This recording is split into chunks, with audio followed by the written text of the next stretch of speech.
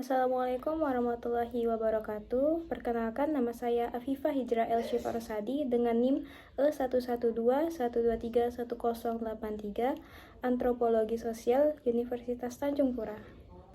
Video ini saya buat untuk memenuhi tugas UAS Sejarah Keberagaman Kebudayaan Indonesia yang diampu oleh Dr. Pabali Musa dan Mbak Dwi Surti Junida, MSOS MSI.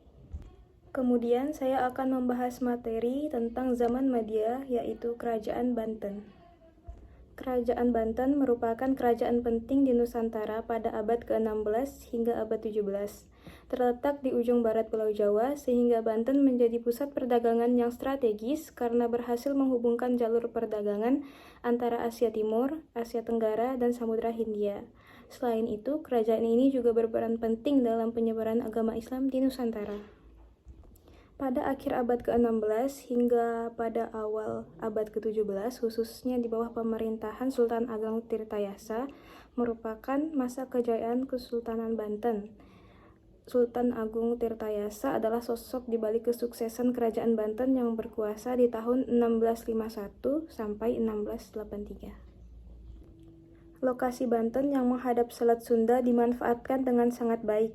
Ini menjadikan Banten sebagai salah satu pelabuhan terbesar di wilayah tersebut sehingga menghasilkan pendapatan besar dari perdagangan internasional.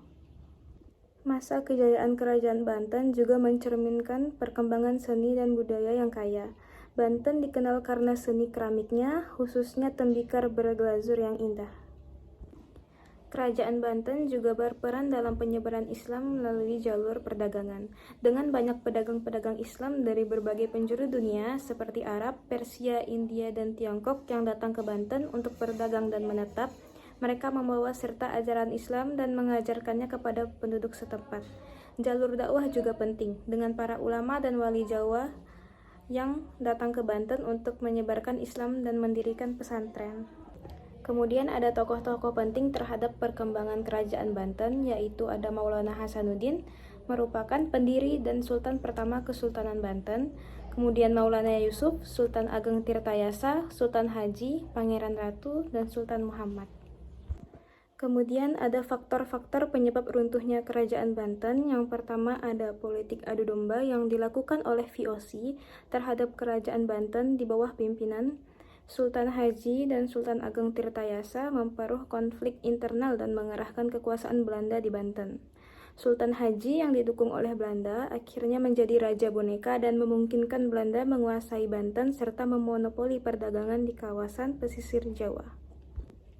Kedua, keterlibatan Belanda dalam perdagangan dan pemerintahan Kerajaan Banten memperkeruh hubungan antara Sultan Haji dan Sultan Ageng Tirtayasa.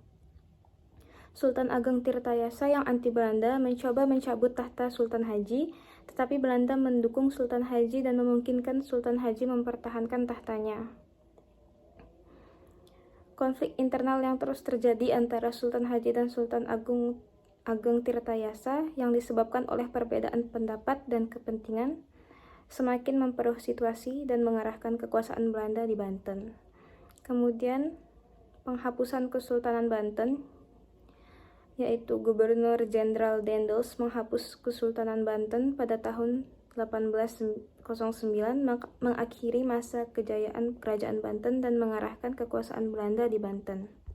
Sekian dari saya Afifah Hijrah El Syifarsadi. Mohon maaf bila ada kesalahan kata. Wassalamualaikum warahmatullahi wabarakatuh.